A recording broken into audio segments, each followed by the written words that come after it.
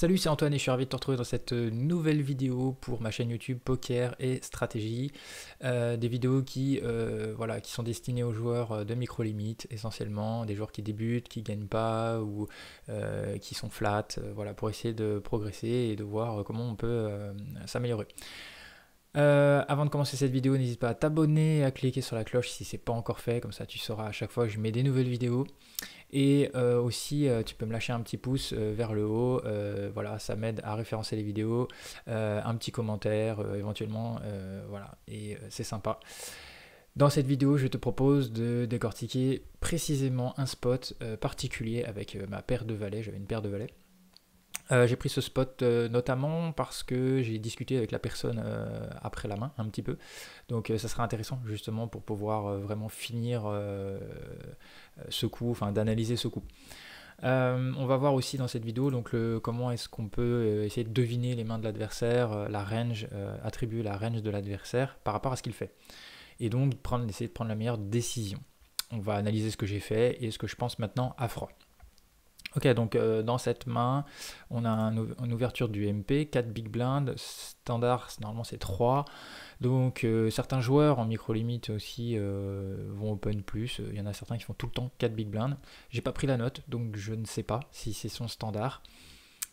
Certains joueurs font varier leur mise en fonction de la force de leur main. Donc si c'est pas son standard, bah, peut-être qu'il a une meilleure main que d'habitude. Mais je ne sais pas vu que j'ai pas de note en fait. Donc j'ai que 125 mains contre lui, donc voilà, j'en sais pas plus.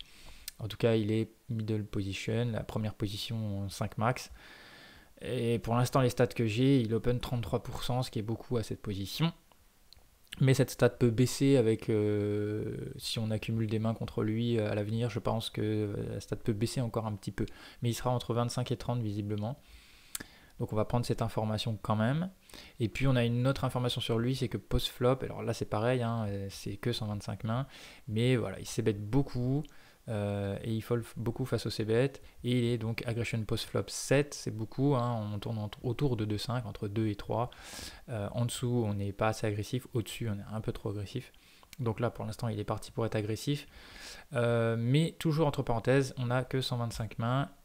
VPI PPFR il est 20-15, donc il est à peu près standard. On l'a jamais vu 3 bêtes et on l'a vu fold 3 bêtes 2 fois sur 2. Donc c'est pour ça que je l'ai mis en rose, c'est des profils qui sont reg leakés, qui ont encore des faiblesses dans leur jeu. Si je devais me taguer moi aussi, je me mettrais en rose-violet, hein. C'est pas péjoratif, c'est pas méchant. Je suis lucide sur mon niveau aussi, c'est pour ça que je travaille et que j'essaye de m'améliorer. Mais on en voit beaucoup de ces profils-là, c'est-à-dire que c'est des joueurs qui commencent à... Donc là, ça va s'affiner, je pense.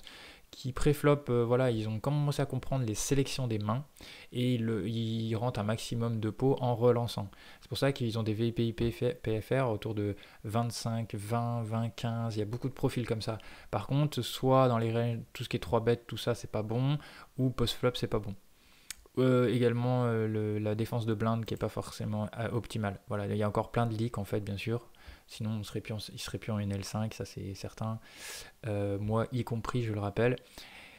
Ici, je vais call parce que Valet-Valet, déjà, c'est pas vraiment une main que j'ai envie de 3 bêtes contre ce profil-là, même si ça a confirmé. Mais de façon standard, je vais pas 3 bêtes les valets contre ces profils-là. Et puis autre chose aussi, c'est que le gros fiche de la table, le joueur le plus mauvais de la table, il est en grosse blinde, donc j'ai pas envie de le faire fuir, j'ai pas envie de... Je préfère call, je serai en position sur ces deux joueurs. Derrière, j'ai pas trop d'infos, mais ça a l'air, oui, les mêmes genres de profils, hein, 21-14, 26-21, très peu de mains, mais c'est les stats qui vont le plus vite à se stabiliser. Donc, le fiche malheureusement ne rentre pas dans le coup, donc on va jouer en heads up contre ce joueur. Et on a un baby board 5-4-3 rainbow, donc il y a un flop qui est très bon pour ma main, puisque je ne voulais pas vraiment voir un as, ni un roi, ni une dame, qui pourrait être un petit peu compliqué. Il y a as-2 qui rentre et 6 et 7 qui rentrent, il faut savoir qu'il les a dans sa range, et que je les ai aussi dans ma range, j'ai as-2 suité dans ma range, éventuellement. Et je dis pas que je colle le As-2 tout le temps, hein, mais enfin, lui il peut penser que je l'ai. Et si c'est 7 UT, je l'ai dans ma range aussi. Donc On va voir ce qu'il fait. Il fait demi-pot. C'est assez standard, on s'y attendait, il s'est bet énormément. Il y a pas mal d'occurrences, enfin, il y a sur 7 occurrences quand même, donc 71% de ses bets. Donc il s'est bet beaucoup, quasiment toute sa range. À partir de là, on peut commencer à établir une range. J'ai mis le board, ma main, et je vais faire sa range pour gagner un petit peu de temps dans cette vidéo. Hop, tout est parti. Voilà, je remets. Je lui ai attribué la range suivante. Donc, comment j'ai fait? À la base, il fait 33%. 33%, c'est beaucoup. Et il s'est bet 71%. Donc, si on enlève les 29% du temps où il va pas ses bêtes, on devrait avoir 26%. Mais je pense encore une fois que ces stats vont évoluer, à la fois le 33 et le 71. Donc, j'ai gardé 18% de ses mains. J'ai gardé tout ce qui était à peu près logique, on va voir. Qui va ses bêtes. C'est-à-dire qu'il va ses bêtes tout ce qui est flush draw avec les as de trèfle, carreau et pique. Donc je lui ai retiré la 5 de pique, puisqu'il ne peut pas avoir, vu que le 5 il est là. Pareil pour As 4 de carreau et As 3 avec le 3 de trèfle. Donc je lui ai enlevé ça. Les valets, je lui ai enlevé les deux que j'ai moi, donc il n'a plus qu'un seul combo. 7 et 6, je lui ai mis donc les trèfles, carreau et pique. Et parce que je considère, tous, pardon, il va tous laisser bête vu qu'il a quinte. Par contre, c'est ici, voilà, 3, 3, 4, 4, 5, 5. Là, j'ai retiré donc les combos qu'il ne peut pas avoir à cause de ceux qui sont sur le board, mais il a des brelans. Pour moi, il a open toutes ses paires à 33%, il open priori, même paire de 2. Et As-3, As-4, As-5, j'ai juste retiré ceux qui sont sur le board et qui va ses bêtes. Je lui ai laissé quand même, pour pas descendre trop bas dans ce que je garde, peut-être qu'il va 3 bêtes, qu'il va continuation bet, roi dame suité à trèfle, carreau et pique, vu qu'il est un petit peu agressif post-flop, qui s'ébête énormément. Je lui ai laissé cette main-là. Voilà, tous les autres, As, Roi, Roi, tout ça, il va s'ébête, bien sûr. Toutes ces overpairs, et il n'y a que, on va dire même paire de 2, il est capable de le mettre dans sa range de ses bêtes. Il a open-ended avec possiblement 2 encore dans le paquet pour faire brelan. Va peut-être s'ébête ça. Donc je lui ai laissé tout ça. Je fais OK, et donc je tombe sur j'ai 56%, on va dire, pour arrondir. J'ai 56% d'équité contre sa range, donc c'est-à-dire que contre toutes les mains logiques qu'il peut encore avoir ici quand il fait ça, j'ai 56% de chance de gagner. Donc j'ai 56% d'équité. Et j'ai une cote de pot de 25%, donc pour ceux qui ne comprennent pas trop les cotes, tout simplement si je rajoute, moi je vais payer bien sûr, hein, parce que j'ai la cote, et puis que je ne vais pas folder sur un baby board comme ça évidemment. Si je rajoute voilà, mes 24 centimes, donc le pot fait 95. Donc maintenant si je compare ce que je dois rajouter les 24 à ce futur pot de 95, ça représente bien un quart. 100 divisé par 4, ça fait 25%. Okay, donc quand il me met demi-pot, en fait, il faut retenir qu'il nous faut 25% d'équité pour que ce soit rentable de call. Là, je les ai. Okay, donc je vais call. Maintenant, j'ai aussi la possibilité, je ne vais pas fold donc, mais j'ai aussi la possibilité de raise. Pourquoi est-ce que je prends la décision de ne pas relancer? Le but de raise ici, c'est quoi? C'est de faire folder des meilleures mains. Est-ce que je vais faire folder des meilleures mains qui me battent sur ce board? Non. Les as, les rois, les dames, tout ça, ça va call. Les brelans, ils vont call. Les quintes, ils vont call. Donc, j'ai aucun intérêt. Le deuxième intérêt de miser, c'est de faire payer une main moins bien. Il n'y en a pas beaucoup. Il y a paire de 10, paire de 9, paire de 8, paire de 7, paire de 6 qui vont payer. Et peut-être les as 5 suités. Ouais, A5, top pair, top kicker, il va call. Et le reste, il va fold, mais c'est des mains que je bats déjà. Enfin, c'est des mains, oui, que je bats et qui n'ont rien touché. Donc en fait, je fais fold une grande partie de sa range qui n'a pas touché, qui est en bluff ici. Et je ne fais pas payer beaucoup de mains. Et par contre, je me value cut contre des mains très fortes. Okay, donc il n'y a pas vraiment d'intérêt ici à miser. Je pense que le meilleur play ici, c'est de call.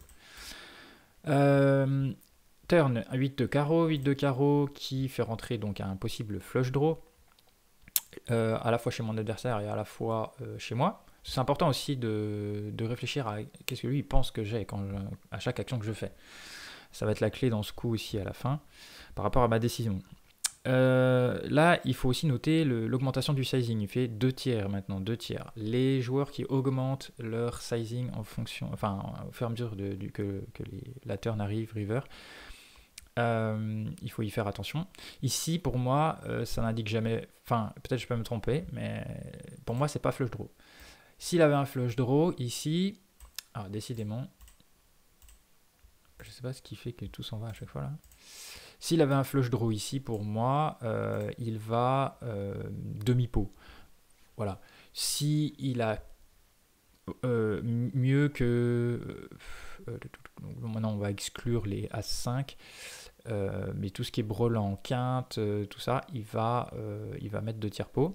Et ses overpairs également, voilà, il peut mettre 2 tiers pot. S'il avait fait ça avec paire de 8 au flop, il a brelan maintenant, il va faire ça. Donc brelan, overpair et les quintes, il va faire 2 tiers pot.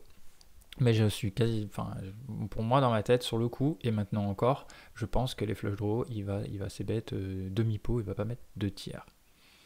Donc ça serait une note à prendre si un jour on voit un showdown contre lui par exemple et qu'il fait 2 tiers pot, même avec flush draw, bah, il faut la prendre la note, comme ça je me tromperai plus éventuellement. Donc je vais lui retirer toutes les mains que je pense qu'il ne va pas faire 2 tiers pot. Donc As-8, s'il a ses bêtes bluff au flop, il va faire sa turn. Alors je pense maintenant qu'à 5, As-4, As-3, il va pas faire ça.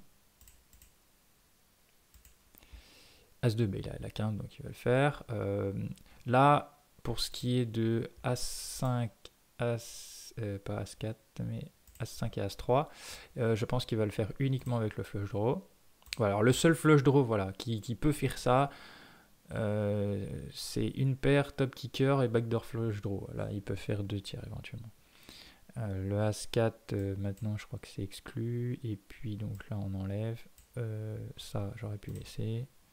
Sauf que maintenant, il n'a plus que As-8 de trèfle et de pique pour moi, par rapport au board. Et... alors, je vais être sympa. Je vais quand même lui laisser...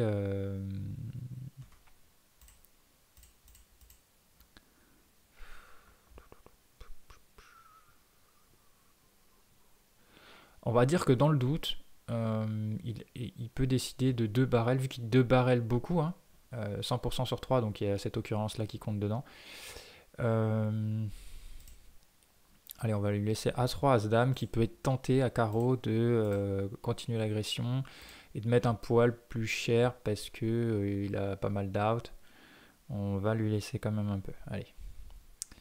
Donc ça c'est bon. Paire de 2, je pense qu'il va pas faire ça. 6, 7, il va pas faire ça. 8, il a brelan. Je sais pas si... je pense que le logiciel le fait tout seul, mais...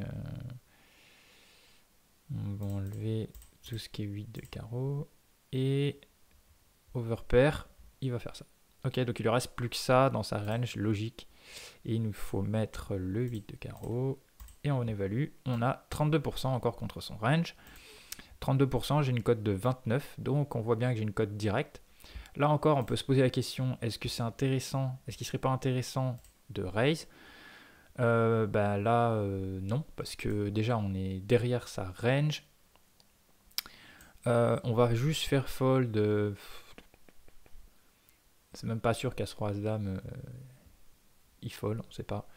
Et en fait, on va encore une fois peut-être se faire payer par les 10, les 9. Mais on a encore beaucoup, enfin maintenant on a que des, on se value cut énormément en fait, vu qu'on est derrière, donc il n'y a aucun intérêt à raise. Par contre on peut call. Ok, je call. 7 de carreau, voilà, il met un tout petit sizing, un tiers pot, si je dis pas de bêtises, et ça aussi il faut le noter, il faut faire attention, c'est important. Parce que ça traduit, souvent les mises de vos adversaires vont traduire la force de leurs mains en fonction de l'évolution du board.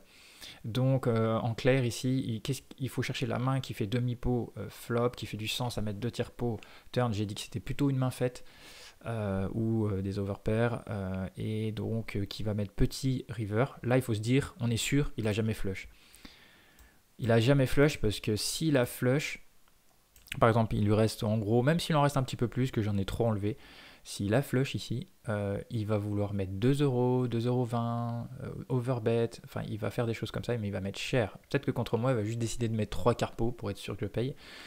Mais il va mettre cher, il va jamais mettre un tiers pot. Sauf si, encore une fois, on a une note contre un joueur qui peut faire ça pour que je me level un peu et qu'il se fasse passer pour faible, que je relance et qu'il me fasse tapis.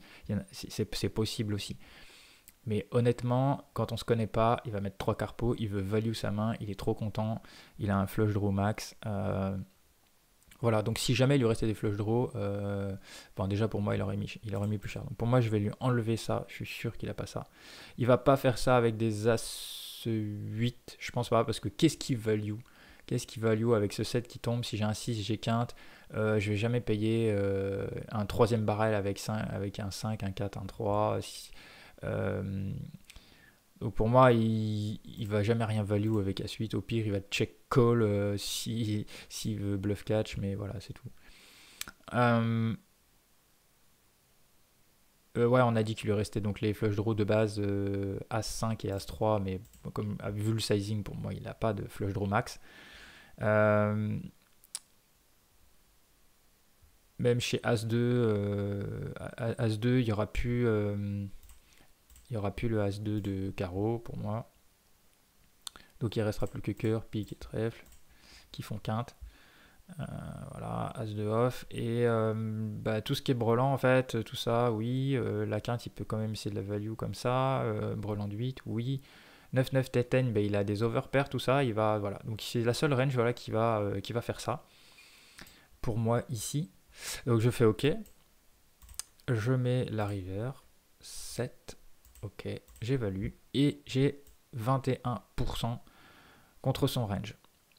Il faut noter une chose, c'est qu'en temps réel, on n'a pas le temps de faire ça de façon si précise. Donc moi, je ne suis pas encore suffisamment bon pour évaluer cette range-là finale précisément. J'ai fait un raccourci dans ma tête en sachant qu'il pouvait avoir des brelans et des dame-dame plus.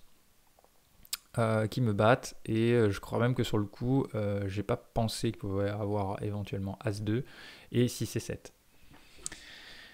Mais en tout cas pour moi je suis battu en fait, c'est surtout ça qui est important, c'est que j'ai compris que la majeure partie du temps je suis complètement crush et donc dans ma tête vu que j'utilise pas Equilab sur le moment comme ça, je ne pense même pas avoir 20% en fait, parce qu'en fait là la clé c'est que 20% c'est close, mais ça peut être un call, il me met tellement petit que j'ai 20% de code de pot, donc en fait je peux payer. Mais bon voilà, on va split contre les valets, on va battre, on prend le pot contre les 10, les 9 et c'est bien tout quoi, tout le reste nous éclate. Mais ce qu'en fait si on compte les combos visibles, enfin c'est vrai que je suis toujours étonné de me dire tiens dans ce pot j'ai 20% quoi, c'est assez fou. Donc ça j'y pense pas, donc pour moi le call est exclu en in-game quand je suis en train de jouer. Je sais que je suis battu en fait, c'est soit je fold, soit je me dis que j'ai encore une dernière option, il y a un truc qui me traverse l'esprit, c'est de faire tapis. Puisque il y a quelqu'un peut faire, c'est que si quel code je lui laisse en fait, et le pot fait 2,96, si on y ajoute mes 0,75, ça fait 3,71 et 4,07, 3,71. Voilà, donc 3,30, voilà, donc ça fait, on va dire un pot, un petit peu moins que le pot. Quand je fais, donc en fait j'ai un super stack par rapport au pot ici pour tourner ma main en bluff. Ça fait pas vraiment un overbet. Enfin, voilà, légèrement en dessous le pot. Et donc lui, ça lui fera une cote de 1 pour 3, 30%. Il faudrait qu'il estime qu'il est 30% devant moi, plus de 30% devant moi, 33%, quand je fais ce move. Alors lui, il va se dire que j'ai quoi moi quand je fais ça? Bah, très souvent il va se dire que j'ai flush, parce que souvent les récréatifs ils ont un peu peur des flushs. Et puis bah, j'ai toutes les flushs en fait que j'ai call, flop, turn j'ai amélioré, j'ai mon flush draw, je call et river je push tout.